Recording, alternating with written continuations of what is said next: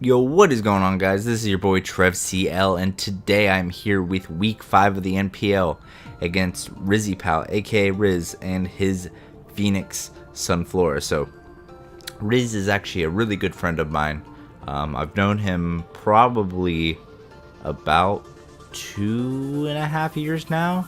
I believe it was March Madness 16, so maybe about 2 years now. Although, you know, I had met him previous to that, but I've known him, been friends with him for about 2 years now, and I'd go on to say definitely one of my best friends in the the whole community, maybe even my best friend in the whole community. But this week we're playing him, and it's only his second game back in the NPL. He took over for Abe after Abe played the first 3 games. Riz won his first game last week to go to 1-3, and he's looking for another win to continue his, quote-unquote undefeated streak to start his season. As really a win is really what he needs here to have any chance to playoffs, because taking over an 0-3 team definitely did not help, especially the fact that I believe it was 0-3 minus 10, so it wasn't like there were close losses either. There was a lot of pretty big differential losses there, so or it might have actually been minus 12, minus 11, something. It was not a super pretty differential, so he'll definitely have to make it up quite a bit. But last season I played Riz twice in the NPL. I beat him in the first match in the regular season, with a little luck in there, and I believe there was a misplay on his part that cost him the game. I think the misplay and the luck kind of combined. He should have just moonblasted the Glade, and the turn he moonblasted, I poison jab. So he should have moonblasted earlier, and the turn he did end up moonblasting ended up being the turn I crit him with P jab. So a little luck and a little misplay in there, but he ended up getting us back in the first round of the playoffs last season, in which was definitely the best game I was involved in last season. Maybe one of the probably top 5 games of season 7 of the NPL. And it was just a really good game. But we're looking to get some revenge for that game, and I'm just gonna get right into the team.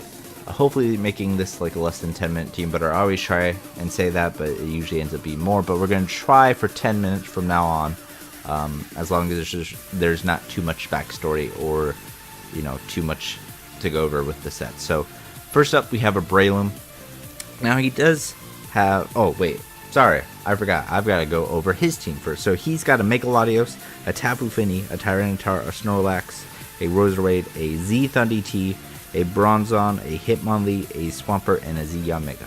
Alright, now that we've gone over his team, my team, as always, is the same. Well, not as always. It actually changes a decent amount usually, but as it's the same as last week. P2 and Starmie over the Keldeo and Chandelure that I used to have. But now that we've gone over our teams, now we can go into the Monza route. So as you can see, I have Breloom, Mawile, Porygon 2, Persian, Salamence, and Nidoqueen. And this was actually a matchup in which I could have brought quite a bit of Pokemon.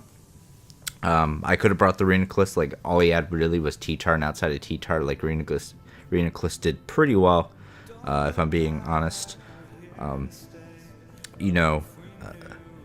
Slurpuff, Belly Drum Slurpuff could potentially 6-0 him, if I could get some damage on the Bronzong.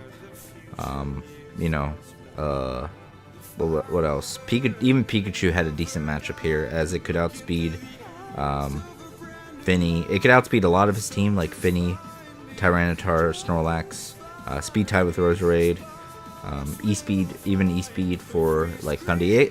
Pikachu could do quite a bit of work here, and honestly, it was kind of in my thoughts, but I ended up going with a little bit safer of a team.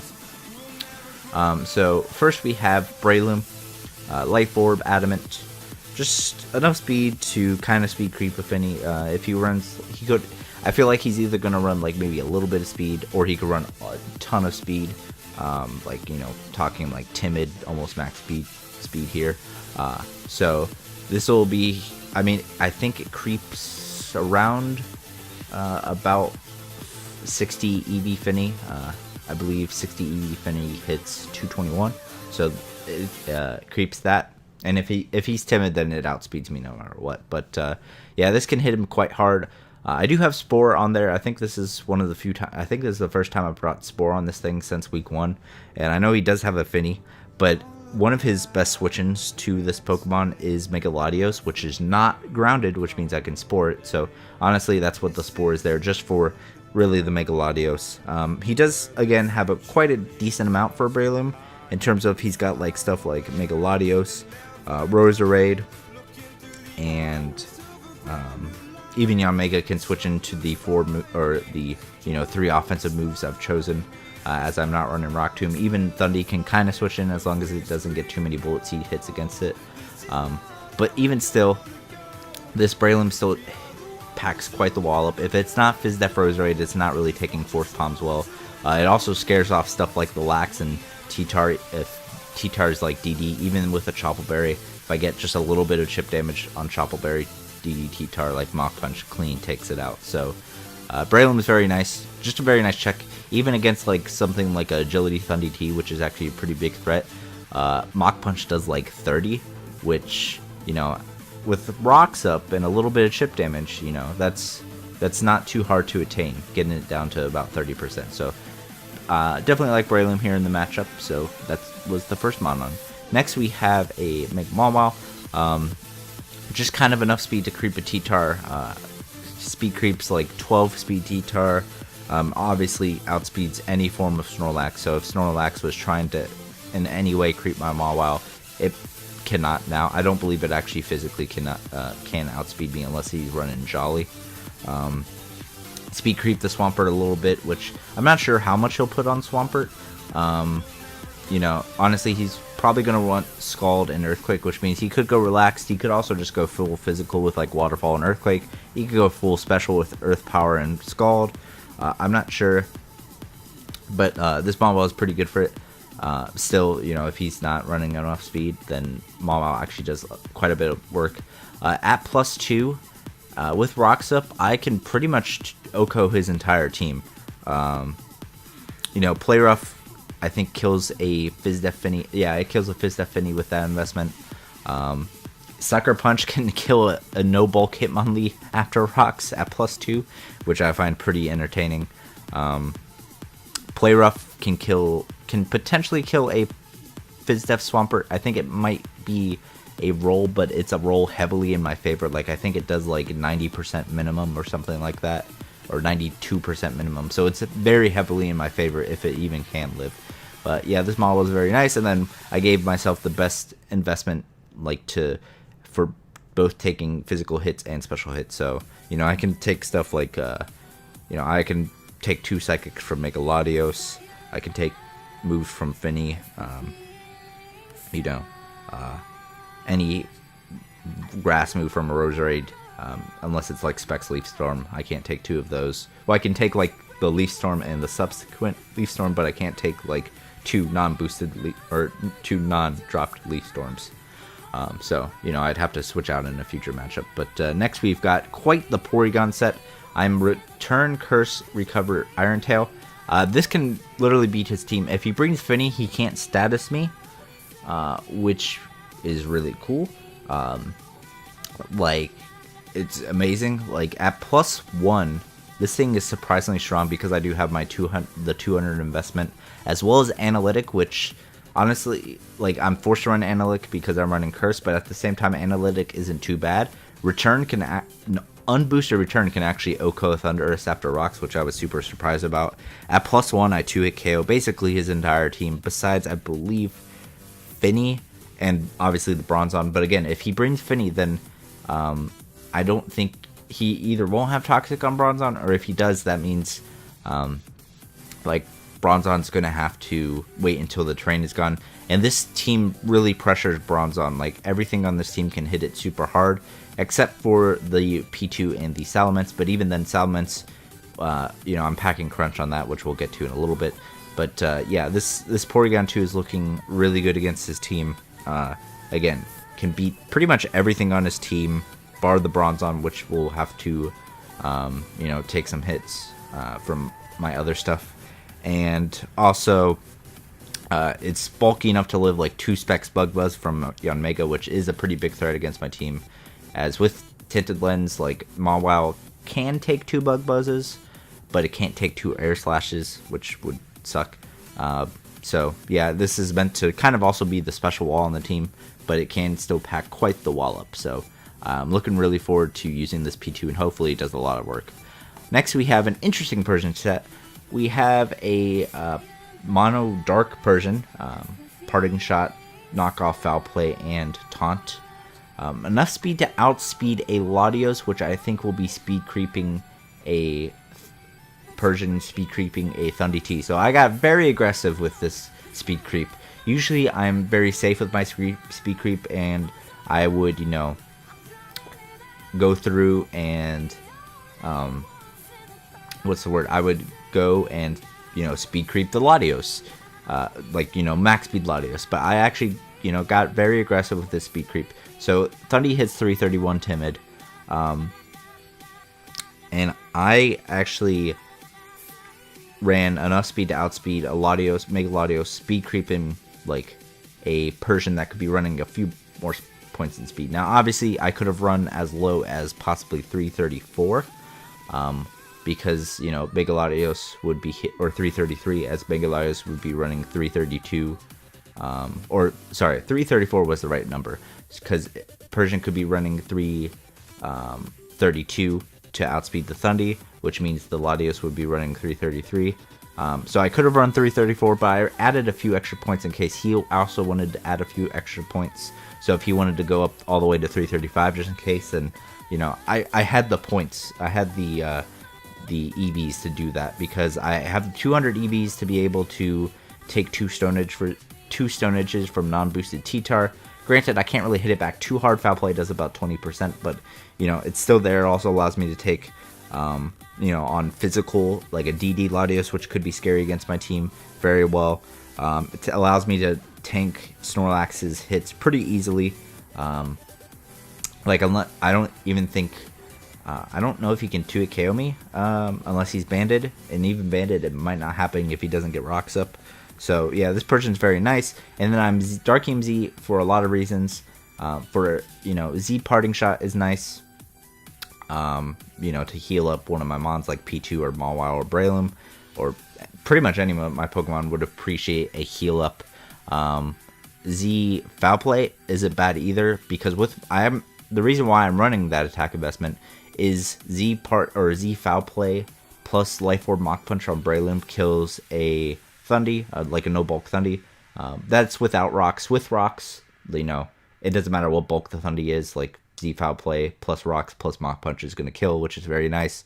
It also OHKOs a Latios, whereas I couldn't OHKO like a special Mega Latios, but with Z foul play I can OHKO a even a special Mega Latios. Like, it after rocks, it like does like 89-90% minimum. Now if he is running a little bit more bulk, then it becomes a roll, but still he'd have to be running quite a bit of bulk to avoid the roll altogether, to you know, have to even have a chance to live after rock. So even Z taunt for like a +1, because nothing really wants to take like knockoffs either. Like, even though Persian's kind of weak, like, you know, Z taunt is something I could do if I don't need Z parting shot or Z foul play. I probably won't ever click it, but, you know, the option is there. So, you know, why not even just, you know, give a little talk about it just in case. So, there's Persian, very, very key member of the team. It really brings the team all together. It also allows me to outspeed non-scarfed or non-speed boost YANMEGA. Like, for example, a spec set, which is super hard to switch into for my team, even my P2, because it's like not absolute SPDF. Max SPDF doesn't want to take too many bug buzzes from that. It allows me to switch in my stuff a lot easier. For example, I believe once I Mega Evolve, I can parting shot on the Omega and not get 2-hit KO by Air Slash. Even a crit bug buzz plus a non-crit bug buzz with the -1 won't kill my P2 after rocks. Stuff like that. Very, very nice. And next we have Salamence, which is Scarfed. Interesting bring, I know, against a team with a Bronzong and a Finny. But outside of those two, it actually does a lot of work. He doesn't have a lot of bulky things outside of the Finny and the Bronzon. I mean, Swampert's pretty alright as well, but it doesn't really care to take Outrages for max attack Salamence. So this was originally actually a Sticky Web Slurpuff, but I kept on running into Finny-less teams. I thought Finny was a pretty decent threat towards my team. I know I had a lot that could deal with it, a lot that could hit it super hard, but I also thought it was a decent threat. Like its dual stabs were unresisted on my team, I believe. Let me go check. Yeah, its dual stabs were unresisted on my team. Yeah, so still a pretty big threat to my team. Like a Calm Mindset could be threatening, but I didn't really see that many Finnies, or I didn't see any Finnies in my mocks. And outside of, like, again, Finny and Bronzon, like, Outrage is going to 2-hit KO everything else, except for also, like, the Swampert if I don't have any prior damage on that. But it's also a very nice check for non-DD Latios. It's also a very nice check for Nasty Plot Thundy, which Nasty Plot 3 attacks Thundy was a huge problem for my team. And before, I only had one thing that could outspeed that, which was Persian. And I only, Sucker Punch games with Mawile, and it did resist the Mach Punch from my Breloom. But with the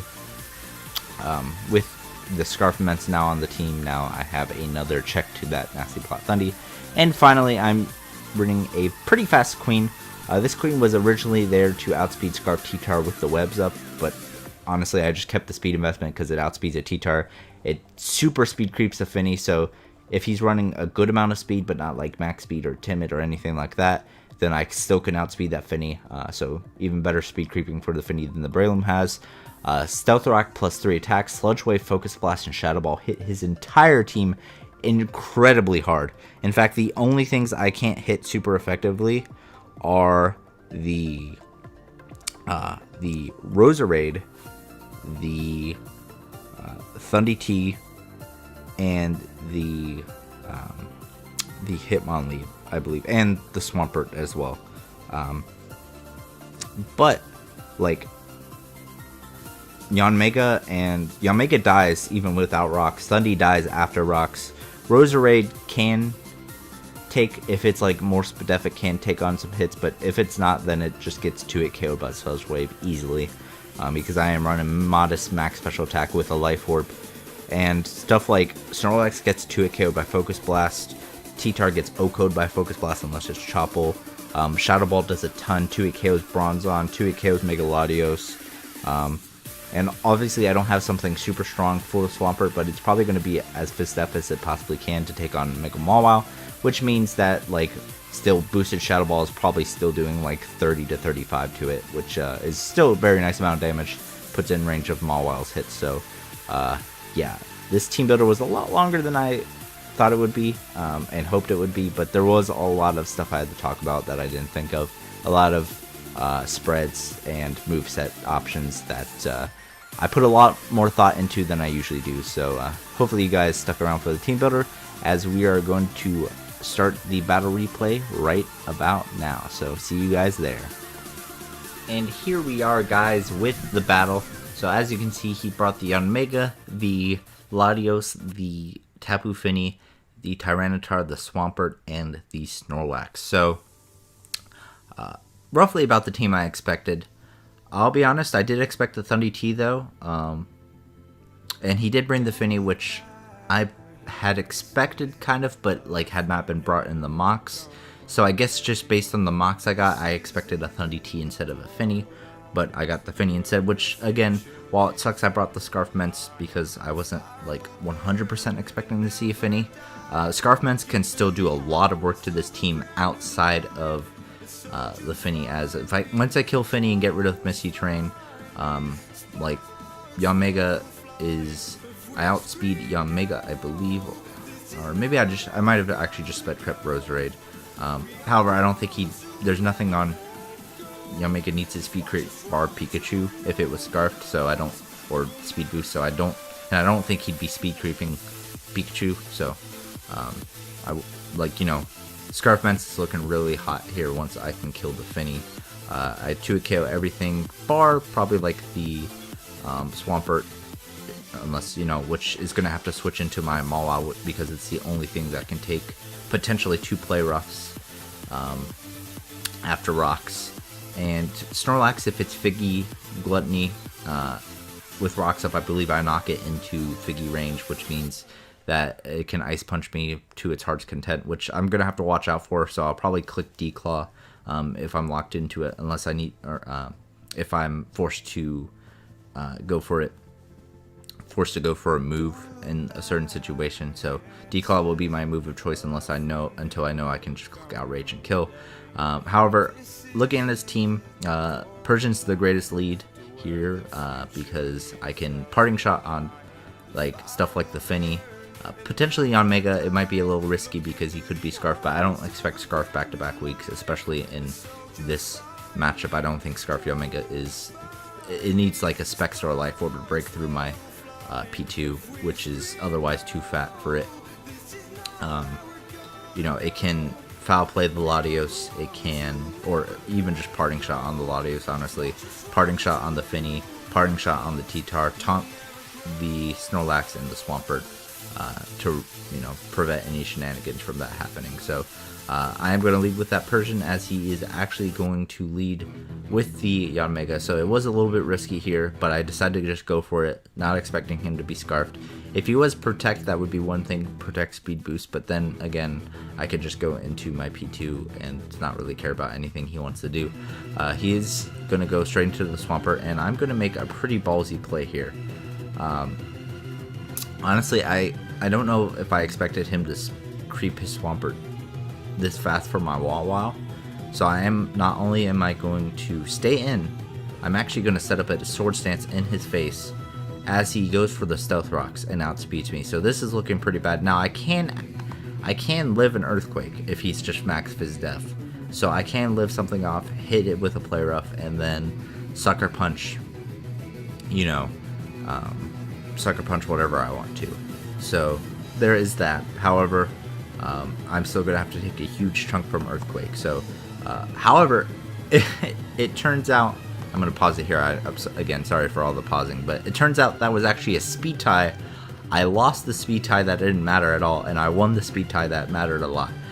And the reason why that even mattered more is he was actually running a pretty offensive Swampert, like Adamant near max attack, which would have definitely killed my Mawile. So we get pretty lucky there. At the same time, like, while it sucks that I won the speed tie that mattered, you know, I still lost the speed tie and won a speed tie. It's a 50-50 chance, and it sucks that, you know, he wasn't aware it was a speed tie because I lost it the first turn. But just think about it this way: if I had won the first speed tie, I expected to outspeed Play Rough, and lost the second speed tie, that would have been probably even possibly even worse than what happened here.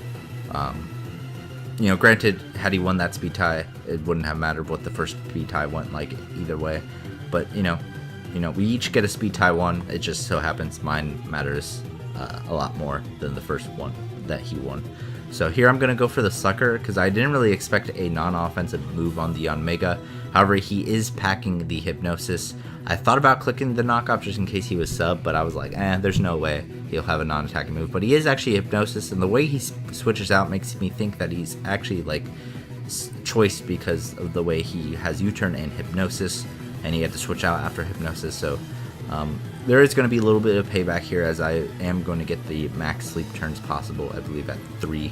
I believe that's the max sleep turns possible. If not, it's still like above average. So, but I am going to still be able to kill this T-Tur off fairly easily. And right here, he's going to go into Finny. I'm just going to go straight for the Sucker Punch, knowing that there's nothing really else for him to do. Like, he wouldn't defog here, obviously, as I don't have rocks up, and Nature's Madness still is affected by Sucker Punch. So really no reason not to Sucker Punch there, as I get a third off, which is a really good damage. I'm going to go into my Nidoqueen here. Even if I didn't outspeed, I knew that I could live a Surf because that Vulcan showed me that he was at least max HP or close to it. And so right here, I'm actually going to get up my rocks for a little bit of chip damage on the Latios, put it in range of Z Foul Play, as well as the YANMEGA in range of Z Foul Play, and then also get a rock for the YANMEGA, obviously. So right here, there's an interesting sequence of turns that happen. So you saw I go for the rocks as he goes for return. He actually did have Earthquake, however, based on that return damage, it doesn't look like Earthquake would have killed me. So he's going to go for the Curse there as I Sludge Wave. And the reason I didn't go for Focus Blast is because that would burn his berry most likely, as well as Sludge Wave being guaranteed damage off. So I go for the Sludge Wave, knowing that it wouldn't pop the berry, and if he kills me with return, then he's 100% in range of Breloom at +1, and even though the last two things on his team can deal with Breloom pretty well, I can Spore the Latios to make sure it can't set up on me. I can Spore the YANMEGA to, so like, nothing too terrible could happen to me had he just killed me off. However, if he goes for Curse like he did, I can now kill it with a Focus Blast if I hit. So I go for that play, I go for the Focus Blast, and I do kill it. So that was very nice for me. I killed a pretty big threat to my team, and down goes the Snorlax. So right here, he's going to go into the Mega Latios. I click Shadow Ball because it'll do quite a bit of damage no matter what. If he... so let me pause it again. I know I've been pausing on a lot here, but there's a lot to discuss about. So had he been a DD variant, I still have Persian, which could take any +1 hit, even like an Outrage after rocks. Even Porygon 2 could have taken a hit. If he wasn't DD, like if he didn't set up a DD there, Mence comes in and outrages. If he was Calm Mind, he could... Shadow Ball would still do enough to where he couldn't set up another Calm Mind, and even then, like, Mence again would come in and revenge. And if he was DD, and even then, like, Shadow Ball plus Mach Punch would kill from Breloom. So there was really no Latios set he could have been there that would have won him this game right here. The game was won as soon as he killed my Nidoqueen, because then I go Mence. I am Scarfed, and this is where Scarf Mence does come into being very useful, as now I'm able to kill off the YANMEGA. Granted, without Scarf Mence, it's not like I couldn't have killed off these two Pokemon. Like Z-Foul play would have killed the Latios, or would have killed the YANMEGA had he wanted to switch directly into it. And then even if he had stayed and died with Latios to the Z-Foul play, I Parting Shot on the YANMEGA into something like into my P2, and then I kill with P2, because P2 can eat up -1 hits even from a Specs YANMEGA. But otherwise, that is the game. So a nice 4-0 win for us, moving us from 3-2, from 2-2 +3 to 3-2 +7, which actually makes us, a little spoilers here, but it makes us second in the conference, right behind Aster. So, granted, this is probably one of the last games going up of the day, but, I did give a tiny bit of a spoiler warning like 10 seconds ago, but we're right behind Aster.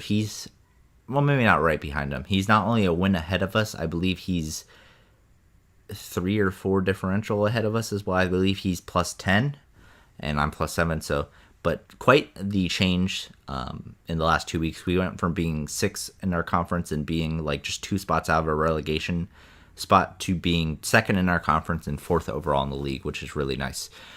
However, next week it's going to be tough. We have to play Daddy Dingo himself, the Verd. Verd we've played a couple times in our career, but last time we played was in PPL, and he was able to nudge out a 1-0 victory, looking to get some revenge here. And Verd is actually probably the hottest team in the league right now, as he started off 0-2, but now he's 3-0 +13 in his last 3 games, to move him all the way up to 3-2 +6, which is actually right behind us. So this is a matchup of 2nd and 3rd in the conference, which, funny enough, would be the playoff matchup had the season ended right today. Like, had this been week 10 instead of week 5. So definitely a possible playoff matchup, which means it's going to be quite interesting to see what sets we can withhold from each other. Honestly, the thing that I like about my team is that I have so many things that work in so many matchups that even if I bring, say, my best sets on the 6 Pokemon I bring, I can potentially bring other Pokemon, to a possible rematch, because those Pokemon also had really good matchups. They just maybe weren't something I could figure out at that current time. Maybe not even necessarily that they weren't one of the 6 best Pokemon in the matchup, but maybe something that, I could look into later as a better matchup. Maybe I didn't recognize that it actually had as good of a matchup as it did. So that's what I really like about my team, and we are actually making some changes to the team. Unfortunately, a very loving member of the Toxapexans crew this season, Piloswine, it's been brought to 3 games this season. Unfortunately, it is being dropped. Actually, it might have been brought to 3. Almost brought against Mighty as well, so it could have actually come probably the entire season. Honestly, didn't have too bad of a matchup here either. But I am dropping it for Rhyperior due to the fact that honestly, my flying resists are pretty crappy.